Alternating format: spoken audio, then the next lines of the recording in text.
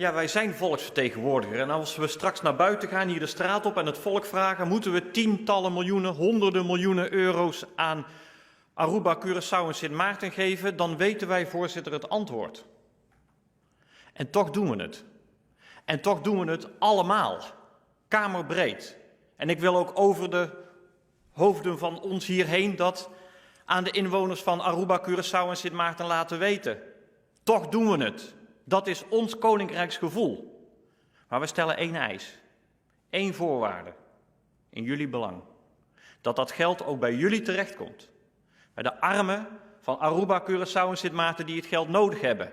En niet aan de kleine elite die al 10 jaar lang zichzelf ongegeneerd heeft verrijkt over jullie rug.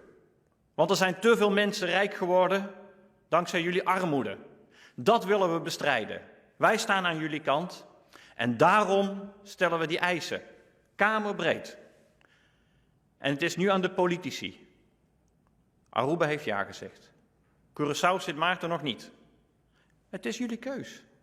En anders vinden we wel een andere manier om onze broeders en zusters in het Koninkrijk te helpen. Dan gaan we wel om jullie heen. Daar zijn we wel klaar mee.